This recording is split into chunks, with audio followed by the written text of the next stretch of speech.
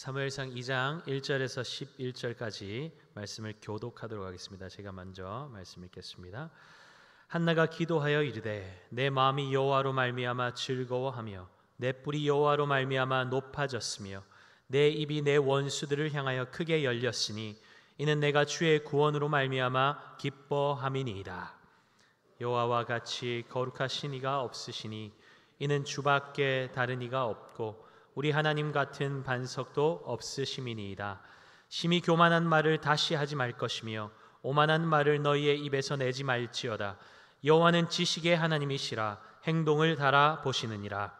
용사의 활은 꺾이고 넘어진 자는 힘으로 띠를 띠도다. 풍족하던 자들은 양식을 위하여 품을 팔고 줄이던 자들은 다시 줄이지 아니하도다. 전에 임신하지 못하던 자는 7을 낳았고 많은 자녀를 둔 자는 쇠약하도다. 여호와는 죽이기도 하시고 살리기도 하시며 수올에 내리게도 하시고 거기에서 올리기도 하시는도다. 여호와는 가난하게도 하시고 부하게도 하시며 낮추기도 하시고 높이기도 하시는도다. 가난한 자를 진토에서 일으키시며 빈궁한 자를 거름더미에서 올리사 귀족들과 함께 앉게 하시며 영광의 자리를 차지하게 하시는도다. 땅의 기둥들은 여호와의 것이라 여호와께서 세계를 그것들 위에 세우셨도다. 그가 그의 거룩한 자들의 발을 지키실 것이요 악인들을 흑암 중에서 잠잠하게 하시리니 힘으로는 이길 사람이 없음이로다. 여호와를 대적하는 자는 산산이 깨어질 것이라 하늘에서 우레로 그들을 치시리로다. 여호와께서 땅 끝까지 심판을 내리시고 자기 왕에게 힘을 주시며 자기의 기름 부음을 받은 자의 뿔을 높이시리로다 하니라. 함께 읽겠습니다. 엘가나는 라마의 자기 집으로 돌아가고 그 아이는 제사장 엘리 앞에서 여호와를 섬기니라. 아멘. 우리 믿음의 지체들 인사하시겠습니다. 자, 여러분 손을 드십시오. 무슨 손을 들까요? 엄지. 자, 엄지척. 자, 여러분들 보시면서 오늘 함께 예배드리는 당신 멋집니다. 오늘도 크신 은혜 베풀어 주실 줄 믿습니다. 네, 좋습니다. 네, 이미 이것만 엄지만 장착한 게 아니라 여러분들 미소까지 장착하시니까 제가 앞에서 보면서 절로 미소가 지어지는 것 같습니다. 이 미소가 우리 공동체에 가득 넘쳤으면 좋겠습니다. 모르는 성도님을 만났을 때도 웃으면서 한번 고개 한번 숙이면 우리의 공동체가 더 즐거움이 넘치게 될 줄 믿습니다. 제가 지난주에 여러분들을 못 뵀죠? 네, 제가 다른 교회에 방문했었습니다. 이제 이런 휴가 기간에 다른 교회에 가서 좀 배우고 한번 하기 위해서 일부러 다른 교회를 방문했는데 예배는 뭐 하나님과 1대1 관계 속에서 우리가 예배 드리는 것이지만 성도의 교제 또한 예배지 않습니까? 근데 참 제가 가서 또 새삼 느낀 것은 예배만 드리고 탁 돌아오니까 물론 가족들이랑 예배 드리고 돌아왔지만 그 성도의 교제가 빠지니까 허전한 거예요. 그래서 제가 물론 온라인으로 여러분들 1부, 2부 예배 같이 드렸지만 이 성도의 교제가 빠지니까 뭔가 허전하고 더 그립고 더 보고 싶고 그래서 제가 그 강사님의 얼굴을 목사님의 얼굴을 보면서 여러분들을 함께 봤어요. 어떤 표정으로 예배드리고 계실까? 어떤 모습으로 예배드리고 계실까? 더 그리움이 더하여지는 시간을 제가 경험을 했는데 공동체 안에서도 마찬가지입니다. 공동체 안에 있지만 여전히 방문객처럼 잠깐 예배드리고 돌아가는 분들은 늘 그냥 고독함 속에 외로움 속에 그렇게 신앙생활을 하실 거예요. 그래서 여러분 전에도 말씀드렸지만 우리가 한 사람 한 사람이 서로에게 손 내밀고 서로를 돌아보고 격려하고 인사하고 챙겨주는 것 너무 중요합니다. 그와 더불어 중요한 것은 내가 먼저 마음을 열고 상대방에게 다가가고 오기만을 기다리는 것이 아니라 먼저 찾아가고 인사하고 돕고 식사라도 함께 하자고 그렇게 한마디 건네는 것, 또 식사하고 있으면 많이 드시라고 이야기하는 것, 식당에서 봉사하고 있는 분들 또 비 오는데 밖에서 또 이렇게 안내해 주시고 차량 안내해 주시고 여러 곳곳에서 섬기고 계신 분들에게 여러분들 요 엄지척 이것이 신바람 나게 하고 우리가 엄지척 한번 별것 아니지만 또 한 영혼을 살게 하고 힘을 주고 격려가 되고 그래서 더 즐거운 신앙생활이 이어지게 하는데 우리 모두가 한 사람 한 사람이 그렇게 아름답게 쓰임 받기를 소원합니다. 이 공동체는 한 사람의 슈퍼맨에 의해서 만들어지는 게 아니에요. 한 사람 한 사람 지체들의 그 작은 수고와 섬김과 사랑의 그 표현들을 통해서 이 공동체가 정말 하나님이 원하시는 공동체의 모습으로 세워진다는 것을 기억하시고 여러분들 감사하고 서로에게 감사를 표현하고 또 이렇게 인사하고 인정해주고 하는 그런 것들에 인색하지 마시고 넘치도록 하시는 저와 여러분 되시기를 바랍니다. 불임의 고통으로 시작하였던 이 한나의 이야기는 기도로 이어졌고 고통의 기도는 이제 고백과 감사의 찬양으로 바뀌게 되었습니다. 1절 말씀입니다. 함께 말씀 볼까요? 내 마음이 여호와로 말미암아 즐거워하며 내 뿔이 여호와로 말미암아 높아졌으며 내 입이 내 원수들을 향하여 크게 열렸으니 이는 내가 주의 구원으로 말미암아 기뻐함이니이다. 아멘. 여러분 이 말씀을 읽을 때에 지금 이 고백하고 있는 한나의 기쁨이 감격이 느껴지십니까? 그게 느껴져야 합니다. 아이를 기대할 수 없었던 이 여인에게 아이를 주셨으니 그 마음의 기쁨은 말로 다할 수 없었을 것입니다. 얼마나 감격스러웠겠습니까? 얼마나 감사가 넘치겠습니까? 그런데 여러분 이 한나를 그렇게 시기하고 대적하였던 조롱하였던 분인나에게는 자녀 한 명이 아니라 여러 명의 자녀들이 있었습니다. 그러니 자녀 하나 얻었다고 자신을 괴롭게 하던 분인나의 코를 납작하게 만들어주고 싶은데 그렇게 할 수도 없었을 거예요. 또한 어렵고 힘들게 얻은 이 사랑하는 아이를 자신의 품 안에서 키우지도 못하고 고스란히 하나님께 올려드렸으니 이 한나의 기쁨이 지속될 수 있었을까요? 금방 사그러들지 않았겠습니까? 그런데도 한나의 입술에는 감사와 기쁨이 그야말로 폭발적으로 흘러넘치고 있는 것을 보게 됩니다. 왜일까요? 어떻게 이것이 가능할까요? 한나의 감사의 초점은 하나님께서 자신에게 얼마나 많은 것을 베풀어 주셨는가에 있지 않았습니다. 한나의 감사의 초점은 보여지고 손에 잡혀지는 것이 아니라 오직 하나님 한 분께만 있었습니다.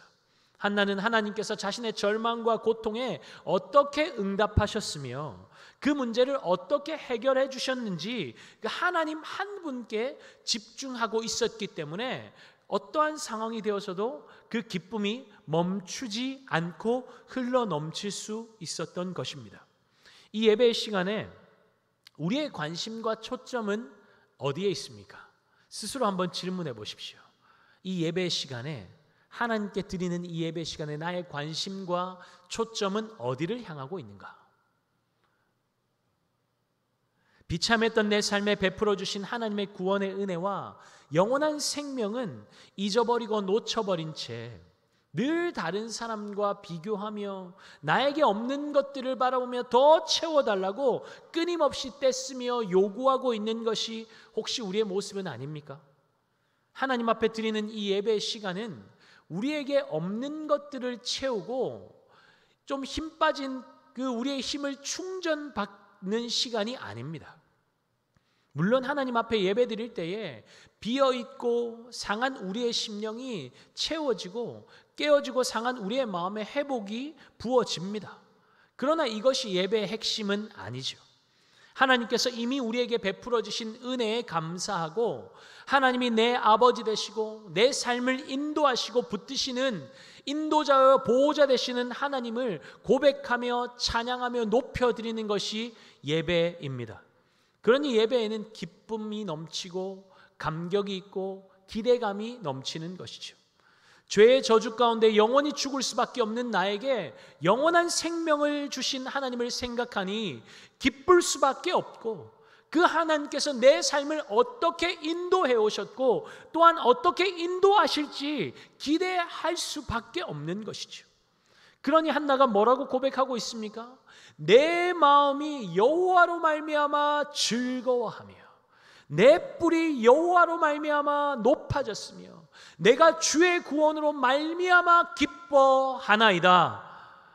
1절 한 절 안에 여러분, 여호와로 말미암아 라는 말이 3번이나 반복되고 있습니다. 한나의 기쁨과 즐거움의 주체가 누구시라는 것입니까? 여호와 하나님이시라는 거예요. 자기가 가지고 있는 건 아니고, 하나님의 베풀어 주신 그 사무엘이 아니고 여호와 하나님이시라는 겁니다. 여호와가 나의 기쁨의 이유가 되시고 노래할 이유가 되시고 여호와가 내 만족과 자랑의 이유시라는 것입니다. 여러분, 이것이 예배입니다. 예배의 중심에 내가 있고 예배 드리는 목적이 하나님이 아닌 다른 이유에 있다면 예배의 기쁨 없습니다. 만족 없습니다. 미국 한인교회에 가보면 모든 교회가 그런 것은 아닙니다만은 일부 예배는 유독 경직되어 있고 기쁨이나 환희를 찾아볼 수가 없습니다. 그 이유가 무엇인 줄 아십니까? 아침이 가장 이른 시간에 예배 드리러 나오는 분들, 특별한 은혜를 받은 분들 아닙니까? 평생 그렇게 살아오셨고 그렇게 신앙생활 하신 분들입니다. 그런데 아침 일찍 예배 드리러 나오는 분들 중에 많은 분들이 주일의 첫 시간을 내 사랑하는 주님과 함께 시작하기 위해서 하나님께 합당한 영광과 감사를 올려드리는 예배를 사모해서라기보다는 습관적으로 나오는 거예요. 그냥 예배 드리는 것이 그 삶의 문화가 되어 있는 거예요. 그리고 많은 분들은 아침 일찍 예배 드리고 오면 집에 그 이후에는 시간이 많이 남지 않습니까? 그래서 골프 치러 가기 위해서 아침 일찍 예배에 참석하는 거예요. 그리고 여가 생활 즐기기 위해서 아침에 일찍 예배 드리러 온다는 것입니다. 다른 목적이 있는 것이죠.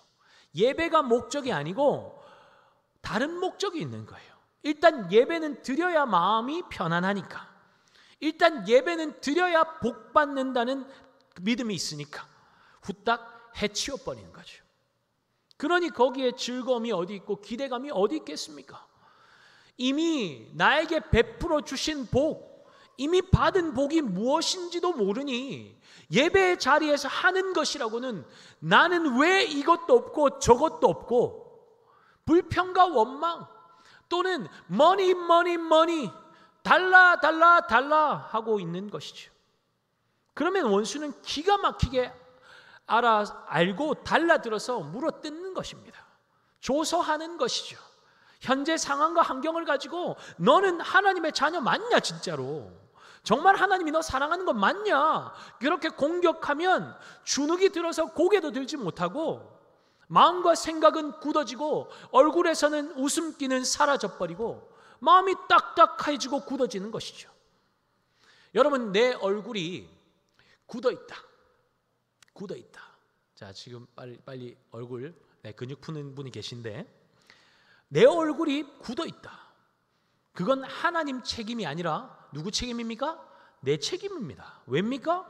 하나님께서 이미 기뻐하고 감사할 놀라운 일들을 우리의 삶 가운데 행하셨는데 우리가 깨닫지 못하고 늘 없는 것에만 집중하고 집착하며 살고 있으니 얼굴이든 마음이든 생각이든 꽉 막히고 굳어져 버리는 것 아니겠습니까? 여러분, 예배드리는 시간이 가장 즐거우십니까? 네, 저쪽 편에 안 하시는 분들이 계시는데 다시 질문하겠습니다. 여러분, 여러분의 삶에 예배드리는 시간이 가장 즐거우십니까? 하나님 생각만 해도 너무 좋아서 예배 자리에 막 일찍 가고 싶은 마음이 들어서 막 일찍 일어나고 막 어깨가 들썩들썩하고 막 오는 길에 그냥 막 콧노래가 나오고 막 그렇게 오신 거 맞죠? 예배는 우리에게 베풀어 주신 주님의 구원으로 말미암아 기뻐하고 즐거워하고 감사하는 시간인 줄 믿습니다.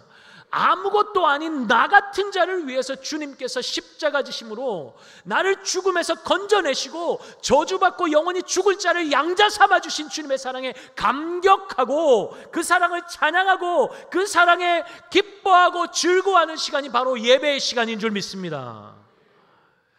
1절에서 한나는 내 입이 원수들을 향해 크게 열렸습니다 라고 외치고 있습니다. 예배의 자리에서 하나님을 경험하니 그를 조소하고 조롱하던 원수들 앞에서 그의 입이 크게 열렸다고 말합니다. 세상 속에서 원수의 공격이 얼마나 극심합니까? 마음이 상하고 깨지고 답답할 때가 많이 있죠. 마치 시편 35편 21절 말씀과 같은 일들이 늘상 우리의 삶에 벌어지고 있습니다. 한번 볼까요? 함께 읽겠습니다. 또 저희가 나를 향하여 입을 크게 벌리고 하하 우리가 목도하였다 하나이다. 원수가 비웃는 거예요. 조소하는 거예요. 같이 그런 자들과 같이 멱살 붙잡고 싸우고 그들이 속이고 괴롭히는 것처럼 나도 동일하게 해주고 싶은 마음이 들 때가 있겠지만 하나님을 신뢰하고 그분의 때를 잠잠하게 기다리면 하나님께서 높이 들어 세워주시는 때가 옵니다. 그리고 원수들 앞에서 입을 크게 열어서 내 하나님을 찬양하고 고백하게 하시는 것이죠. 이렇게 말입니다. 내가 주의 구원으로 말미암아 기뻐하나이다. 2절에 이렇게 고백하죠. 여호와 같이 거룩하신 이가 없으시니 이는 주밖에 다른 이가 없고 우리 하나님 같은 반석도 없으심이니이다. 할렐루야. 사랑하는 여러분, 이것이 우리 모두의 고백되기를 예수님의 이름으로 축복합니다. 하나님을 거룩하신 분으로 표현할 때 사용된 거룩이라는 단어는 분리된 이라는 뜻을 가지고 있습니다. 하나님의 거룩하심은 이 세상이나 인간과는 분리된 하나님만이 가지신 절대적인 속성이라는 의미입니다. 하나님은 죄로부터 완전히 분리되신 분이실 뿐만 아니라 도덕적인 선을 완전히 충족시키시는 분이시며 피조물과 완전히 구별되는 영광을 지니셨다는 점에서 거룩하신 분이십니다. 그 하나님의 거룩하심을 한나는 이론적으로만 깨달은 것이 아니라 하나님의 기억하시는 사랑과 은혜를 삶 속에서 생생하게 체험하며 자신이 경험한 하나님을 찬양하고 있는 것입니다. 여러분, 이것만큼 힘 있는 찬양이 있을까요? 이것만큼 하나님을 기쁘시게 하는 찬양이 있을까요? 여러분, 성가대, 찬양대의 찬양이 언제 힘이 있어질까요? 막 오케스트라 쫙 풀 오케스트라를 갖추고 그렇게 빵빵한 연주가 나오고 그렇게 막 솔리스트들이 많이 세워놓고 그렇게 찬양하면 그것이 힘 있는 찬양, 능력 있는 찬양이 되겠습니까? 우리 은혜로운 찬양을 인도하는 찬양단, 더 많은 세션이 추가되고 더 좋은 악기를 갖다 놓고 더 많은 솔리스트를 갖다 놓으면 찬양대를 갖다 놓으면 데리고 오면 더 힘 있는 찬양, 더 은혜로운 찬양이 되겠습니까? 그렇지 않습니다. 그렇지 않습니다. 내 마음 깊숙한 곳에서 고백되는 그 한 사람 한 사람의 고백이 쌓여서 찬양으로 올려드려질 때 그 찬양의 능력이 나타나는 줄 믿습니다. 그 찬양이 하나님이 기뻐 받으시는 예배가 되는 줄 믿습니다. 아무리 대단한 세션, 대단한 연주자들 갖다 놔둬요. 데리고 와둬요. 돈 주고 데려와둬요. 여러분, 마음이 담기지 않은 찬양에는 능력 없습니다. 기능적인 기능인이 필요한 게 아니에요. 하나님을 찬양하는 예배자가 필요한 겁니다. 회중석에 앉아있는 여러분도 마찬가지입니다. 찬양대가 함께 찬양을 올려드릴 때, 찬양단이 앞에서 찬양을 인도할 때에 우리의 마음 담은 고백 함께 올려드려질 때 그 예배가 하나님이 받으시는 거룩한 산제사가 되는 것입니다. 기뻐 받으시는 예배가 되는 것입니다. 내 하나님은 이런 분이십니다. 하나님을 삶 속에서 생생하게 경험한 그 감격과 감사와 기쁨이 내 입술에서 고백되고 선포될 때 그 찬양은 나의 영혼을 소생시킬 뿐만 아니라 주변에 함께 예배드리는 지체들의 영혼도 깨우고 살려내는 능력으로 역사하는 것을 믿으시기 바랍니다. 여러분, 그래서 우리가 자주 하나님의 말씀을 함께 목소리 내어서 읽는 것입니다. 저 혼자 읽을 수 있지만 함께 읽는 이유가 그거예요. 함께 읽을 때 내가 그 선포하는 하나님의 말씀, 그 말씀이 내 영혼에 선포되고 들려지고, 또 우리가 함께 목소리 내어서 그 말씀을 읽을 때에 그 내 목소리가 다른 사람의 귓가에 함께 들려지게 되잖아요. 그러면서 그 영혼이, 잠자는 영혼이 깨어나고 죽어있는 영혼이 살아나는 놀라운 역사가 하나님의 말씀에 있음을 믿기에 우리가 함께 그 말씀을 함께 읽는 것입니다. 그래서 여러분들 항상 말씀을 읽을 때에 소리 내어서 믿음으로 선포하고, 찬양할 때도 내 마음의 고백을 담아서 하나님께 올려드리는 그런 하나님이 기뻐 받으시는 예배자들 되기를 예수님의 이름으로 축복합니다. 여호와와 같은 분은 이 땅에 없습니다. 내 삶을 책임지시고 우리의 가정을, 내 자녀를 책임지실 분은 이 세상에 주님 외에 그 어떤 것도 없습니다. 믿으십니까? 주님 같은 견고한 반석은 이 땅에 그 어디에도 없습니다. 이런 고백이 여러분에게 있습니까? 사랑하는 여러분, 주님의 보호와 인도하심, 안전하게 하심을 누가 경험할 수 있습니까? 누가 그 주님의 그 보호와 인도를 경험할 수 있습니까? 내 주님을 신뢰하는 사람 아니겠습니까? 시편 5편 11절 12절 말씀 함께 보겠습니다. 그러나 주께 피하는 모든 사람은 다 기뻐하며 주의 보호로 말미암아 영원히 기뻐 외치고 주의 이름을 사랑하는 자들을 주를 즐거워하리이다. 여호와여, 주는 의인에게 복을 주시고 방패로 함같이 은혜로 그를 호위하시리이다. 아멘. 여러분, 이 말씀 한번 다시 띄워주시겠어요? 네. 여러분, 이 말씀을 보니까 어떤 감정이 드세요? 말씀을 함께 읽을 때 어떤 마음으로 말씀을 읽으셨습니까? 주의 모든 사람은 다 기뻐하며 주의 보호로 말미암아 영원히 기뻐 외치고 주의 이름을 사랑하는 자들은 주를 즐거워하리이다. 여러분, 믿음의 고백 아닙니까? 그런데 이렇게 읽으면 안 돼요. 제가 너무 크게 해가지고 여러분들이 크게 했는데 안 들렸을 가능성이 많아요. 그죠? 네, 여러분, 진짜 한 번 더 말씀을 읽을 때 정말 우리의 마음의 고백을 담아서 목소리를 높여서 지금보다 두세 배 높여서, 그죠? 그렇게 한번 우리 같이 말씀을 읽도록 하겠습니다. 시작.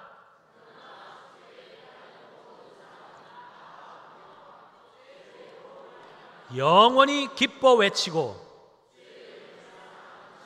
주를 즐거워하리이다.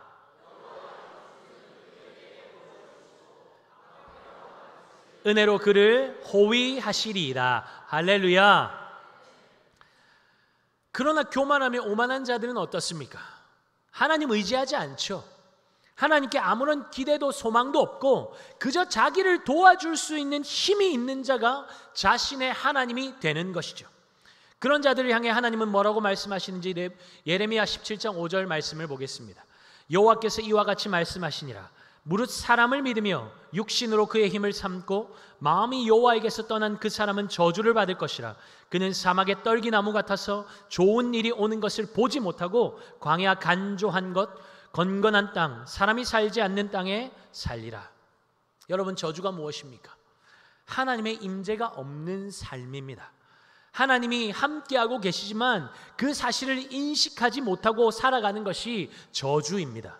그러니 한 치 앞도 알 수 없는 자신의 삶을 책임지려고 발버둥 치고 자신의 삶을 안전하게 지켜내기 위해서 주님의 콧김에 한 방에 날아가 버리고 무너져 내릴 허무한 바벨탑을 쌓아 올리는 것이죠. 여러분에게 하나님은 어떤 분이십니까? 하나님이 여러분의 견고한 반석 맞습니까? 견고한 반석 되시는 주님께 여러분의 삶의 뿌리를 내리고 있습니까? 그런데 왜 흔들립니까? 왜 무너져 내립니까? 잘못된 털을 잡아서 그런 것 아닙니까? 수맥이 흘러서 대적자가 많아서 삶이 무너져 내리는 것이 아닙니다. 주님 위에 견고한 반석 되시는 예수 그리스도 위에 내 삶을 세우지 않았기 때문에 쓰러지고 넘어지고 무너져 내리는 것입니다. 혹 내 힘과 지혜와 능력으로 지금껏 살아왔다, 나는 자수성가했다, 그 자부심으로 살다가 무너지고 깨어지고 넘어졌다면, 여전히 그런 교만함 속에 여전히 내 삶을 지탱해 나가는 분이 이 자리에 있다면 오늘 본문 말씀 3절 말씀이 여러분의 마음에 깨달아지고 새겨지는 은혜가 있기를 바랍니다. 우리 3절 말씀을 함께 읽겠습니다. 심히 교만한 말을 다시 하지 말 것이며 오만한 말을 너희의 입에서 내지 말지어다. 여호와는 지식의 하나님이시라 행동을 달아 보시느니라. 교만한 사람은 하나님의 절대 주권을 인정하지 않습니다. 그는 눈에 보이는 것, 손에 잡히는 것으로 하나님을 판단합니다. 본래 자신보다 자신을 더 높은 자리에 세우고 자신을 과대포장하죠. 왜 과대포장합니까? 내세울 것이 없으니까 그런 것입니다. 진정 있어야 할 것이 그 삶에 없으니 썩어 없어질 것들을 가지고 자랑하고 과시하고 으스대며 스스로를 높은 자리에 올려놓는 것입니다. 그런 자들을 향한 하나님의 반응은 이것입니다. 시편 2편 4절. 하늘에 계신 이가 웃으시며 주께서 그들을 비웃으시리로다. 하나님의 섭리를 전혀 알지 못했던 분인나는 자신의 기준을 가지고 한나를 판단하고 조롱하고 괄시했습니다. 이것이 하나님을 대적하는 악의 무리들의 공격 방법 아닙니까? 가진 것으로 판단하고 보여지는 것으로 가치를 매기고 함부로 오만한 말들을 떠들어대는 것이지요. 그러나 그들의 말에 주의 백성들이 흔들리지 않을 수 있는 이유가 무엇입니까? 우리의 가치가 그들의 기준과 판단에 의해서 결정되는 것이 아니기 때문입니다. 아멘이십니까? 세상이 여러분들에게 어떤 가치를 매겨도 여러분 우리가 주눅들 이유가 없습니다. 그들이 우리의 가치를 매기는 것이 아니에요. 우리 하나님이 우리의 가치를 매기십니다. 예수 그리스도를 가진 우리가 예수님 자리가 된 것 아니에요. 세상 것과 비교할 수 없는 가치를 지닌 존재가 된 것 아닙니까? 그러니까 세상에 주눅들 이유가 없는 것이죠. 우리 하나님은 지식의 하나님이십니다. 불임 가운데서 신음하며 대적자의 조롱과 핍박 속에서 고통하던 한나의 마음을 우리 하나님은 정확히 알고 계셨습니다. 함께 고통하셨어요. 한나의 약함을 조소하며 비웃으며 멸시하던 분인나의 교만한 마음도 우리 하나님은 분명히 알고 계셨습니다. 우리가 왜 교만하고 오만한 말을 하지 말아야 합니까? 우리가 아무리 높은 척해도, 다 아는 척해도, 다 가진 것처럼 교만을 떨어도 우리에는 하나님이 될 수 없기 때문입니다. 전능하지도 않고 전지하지도 않고 피조물일 뿐인 존재가 어떻게 하나님 앞에서 다 아는 척, 다 가진 척, 다 할 수 있는 척, 다 이룬 척 할 수 있겠습니까? 우리 하나님은 한 사람이 어떠한 사람인지, 그가 어떠한 상태에 있는지, 그가 하는 말과 행동, 그 말과 행동을 하는 의도와 목적이 무엇인지까지도 분명히 알고 계시며 그의 행동을 달아보시는 분이십니다. 그뿐입니까? 예레미야 17장 10절은 뭐라고 말씀합니까? 나 여호와는 심장을 살피며 폐부를 시험하고 각각 그의 행위와 그의 행실대로 보응하나니.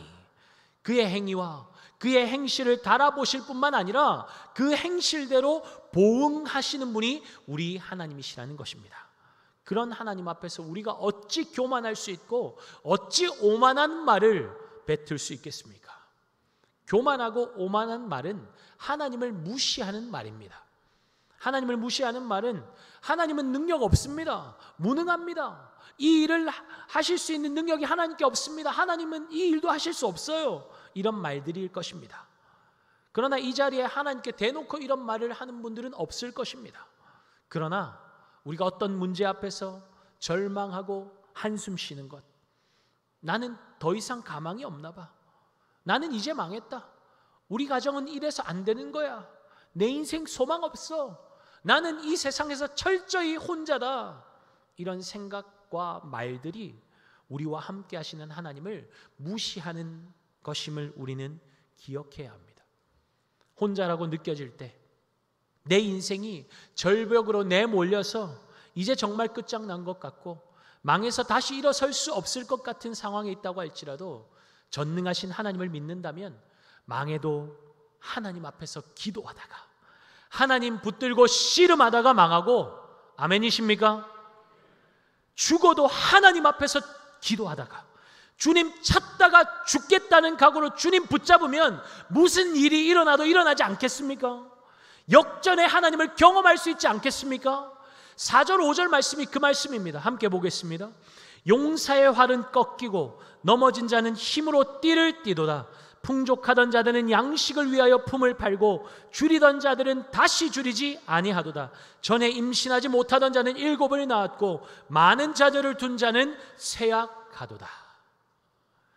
용사, 풍족한 자, 많은 자녀를 둔 자, 세상에서 인정받고 스스로 만족하며 살아가는 자들의 전형이죠.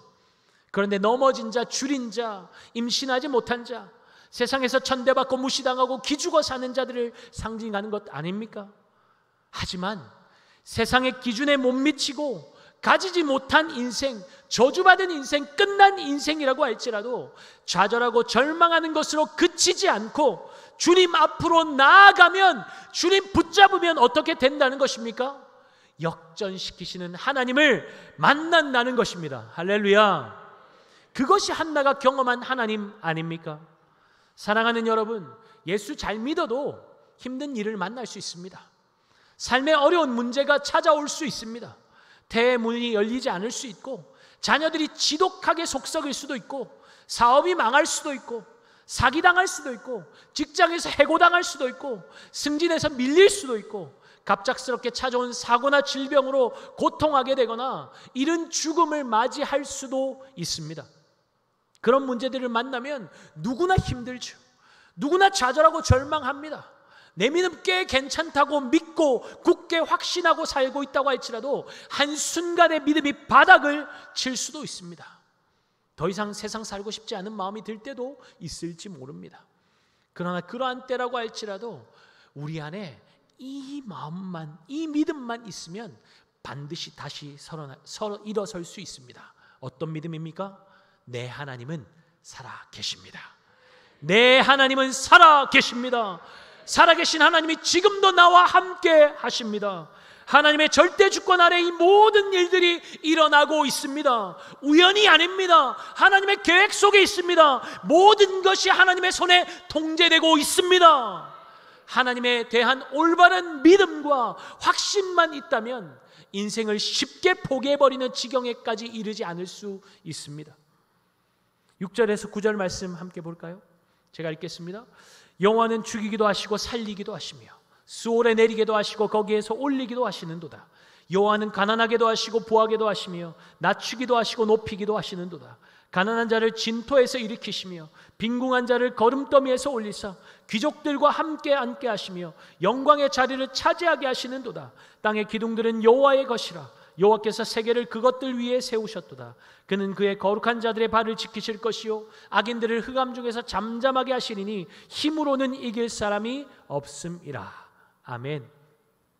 사람의 죽고 사는 문제를 주관하시고 가난하게 하시고 부하게도 하시고 낮추고 높이기도 하시며 가난하고 빈궁한 자를 영광의 자리로 이끄시는 분이 누구시라는 것입니까? 여호와 하나님, 우리 아버지 하나님이시라는 것입니다. 아멘이십니까? 하나님의 절대 주권을 신뢰하는 믿음을 가진 자녀, 내 하나님 아버지가 어떤 분이신지를 아는 자녀는 절대로 눈앞에 보여지는 것으로, 손에 잡혀지는 것의 유무로 삶을 비관하며 하나님을 멸시하고 무시하지 않습니다. 오히려 생명 걸고 주님 한 분만 붙잡게 될 것입니다. 왜입니까? 주님께만 소망이 있음을 알기 때문입니다. 나를 살게 하시는 이는 오직 여호와 한 분밖에 없음을 믿기 때문입니다. 사랑하는 여러분, 예배의 성공은 이것으로 판가름 나는 것입니다. 헌금 많이 내고 예배 많이 드리고 봉사 열심히 하고 직분 있다고 교회 중책 맡았다고 성공적인 예배가 자동적으로 드려지는 것이 아니라 어떤 믿음으로, 어떤 마음으로 주님 앞에 서 있느냐가 이 예배의 성공을 결정짓는다는 것입니다. 이 시대에 패역한 제사장들이 성소를 섬기고 있었고 엘가나와 한나는 이를 슬퍼하며 가슴치며 안타까워했겠지만 그들의 예배의 성공을 제사장들이 결정짓지 않았음을 우리는 반드시 기억해야 합니다. 하나님이 기뻐 받으시는 예배는 목사나 예배 인도자가 만드는 것이 아닙니다. 우리 각자가 우리 한 사람 한 사람이 하나님의 하나님 되심을 인정하며 하나님을 향한 온전한 믿음으로 주님 앞으로 나아갈 때 그 예배는 주님이 받으시는 성공적인 예배가 되는 것입니다. 한나의 고백처럼 여호와는 땅의 기둥들을 세우시고 그 위에 세상을 건설하시는 창조주 하나님이십니다. 우리 하나님 지금도 세상을 관할하고 계시고 세상을 경영하고 계십니다. 그분은 기득권층의 머리를 숙이시거나 왕들이나 권력자들에게 굴복하시는 분이 아니십니다. 그분은 여호와를 대적하는 자는 산산이 깨뜨리시고 하늘의 우레로 그들을 심판하시는 분이십니다. 그러나 거룩한 자들의 발을 지키시는 분이 여호와 하나님이시라고 한나는 분명하게 고백하고 있습니다. 거룩하신 하나님께서 구별하신 거룩한 자들, 성도들이 이 세상을 이길 힘은 무엇입니까? 권력이 아닙니다. 지식과 모략이 아닙니다. 여호와 하나님이 내 모든 것 되심을 믿는 믿음으로 여호와 한 분의 능력을 의지하며 나아갈 때에 주의 백성들은 세상을 넉넉히 이길 수 있음을 믿으시기 바랍니다. 우리가 겪는 문제의 핵심은 세상의 타락함과 악함이 아닙니다. 우리의 믿음 없음이 세상에서 겪는 우리의 문제를 더욱더 극대화시키는 것입니다. 세상이 우리를 미워하는 것은 우리를 향한 것이 아니죠. 우리와 함께 하시는 하나님을 대적하고 하나님을 반대하는 것입니다. 이 사실을 안다면 세상 속에서 우리가 기죽을 이유가 없는 것이죠. 여러분, 나의 문제는 곧 누구의 문제입니까? 내 자녀의 문제는 곧 누구의 문제입니까? 부모의 문제 아닙니까? 내 문제는 곧 누구의 문제입니까? 우리 아버지 하나님의 문제입니다. 하나님의 문제니까 우리는 어떻게 하면 됩니까? 하나님께 맡겨드리면 되는 것이죠. 아멘이십니까? 우리 문제 누구에게 맡기면 된다고요? 하나님께 맡기면 된다는 것이죠. 여러분, 그것이 믿음 아닙니까? 맡기면 하나님이 책임지십니다. 이 믿음은 주일 예배만으로 끝나지 않고 우리의 일상으로 고스란히 연결되어야 합니다. 삶의 예배로 이어져야 하는 것이죠. 저는 이것이 하나님을 기쁘시게 하는 산제사이며 하나님이 애타게 찾으시는 예배라고 확신합니다. 여러분, 우리의 예배는 종땡하면 시작되는 예배 아닙니다. 준비 찬양하다가 사도신경하면 예배가 시작되는 것이 아니에요. 여러분이 이 오늘 드릴 예배를 준비하는 그때부터 여러분의 예배는 시작된 것입니다. 아멘이십니까? 헌금을 어젯밤에 준비하신 분은 어젯밤에 예배를 이미 시작하신 거예요. 금요일날 아니 월요일날 그렇게 헌금을 준비하신 분들은 이미 그 예배가 그때부터 시작된 것입니다. 여러분, 예배 자리에 일찍 오세요. 미리 와서 하나님과 만나고 교제하고 하는 시간, 딱 시간 맞춰서 오지 마시고 그러면 늦어요. 그러니까 미리 오셔서 기도하시고 하나님과 교제하시고 하나님 나에게 무엇을 말씀하기 원하십니까? 기대함으로 하나님 앞에 나아가면 그렇게 준비된 예배와 땡 하고 헐레벌떡 와서 예배 드리는 것과 예배가 다르지 않겠습니까? 다른 예배죠. 1절에서 한나가 고백했던 내 뿔이 여호와로 말미암아 높아졌다는 고백은 이제 더욱더 확장되어서 하나님께서 기름 부어 세우실 왕에 대한 예언적 고백으로 진전되고 있습니다. 10절 하반절 함께 읽겠습니다. 여호와께서 땅끝까지 심판을 내리시고 자기 왕에게 힘을 주시며 자기의 기름 부음을 받은 자의 뿔을 높이시리로다. 아멘. 결국 스스로의 미래를 만들어갈 수 없는 약한 자들과 가난한 자들, 궁핍하여 줄인 자들, 불임으로 고통하며 신음하는 인생, 열매 맺지 못하는 이스라엘을 회복시키시고 역전의 삶으로 이끌어가시고 높이실 분은 누구라는 것입니까? 하나님께서 기름 부어 세우시는 왕. 누굽니까? 다윗입니까? 아니죠. 다윗을 넘어서 그를 통해서 이 땅에 오실 예수 그리스도 한 분밖에 없다는 것입니다. 여러분, 우리의 뿔을 높이 드시고 우리를 참수하는 원수들 앞에서 내 입을 크게 열어서 하나님을 자랑하게 하실 분은 오직 우리 구주 예수 그리스도 한 분밖에 없음을 믿으시기 바랍니다. 그분이 우리의 구원의 뿔이시며 우리의 생명의 주인이시며 우리의 견고한 반석이 되십니다. 정말 그것을 믿는다면 우리의 상황과 환경과 형편과 상관없이, 내 감정과 상관없이 그분의 이름은 높임을 받으셔야 합니다. 합당한 감사와 찬양이 이 예배 가운데 올려드려져야 합니다. 하나님을 향한 한나의 찬양의 고백이 우리 모두의 고백되기를 소원합니다. 하나님을 향한 우리의 찬양의 고백이 이 예배당을 넘어서 우리의 가정으로, 우리의 생업의 현장으로, 우리 자녀들에게, 이 민족에게, 세상 곳곳에 흘러서 하나님의 하나님 되심이 선포되고 더 많은 영혼들이 우리 찬양의 고백을 통해서 하나님의 영광을 보게 되는 놀라운 역사가 일어나는 데 쓰임받는 우리 모든 구미강동교회 성도들 되시기를 예수 그리스도의 이름으로 축복합니다. 아멘. 우리 다 함께 자리에서 일어나서 찬양하고 기도합시다.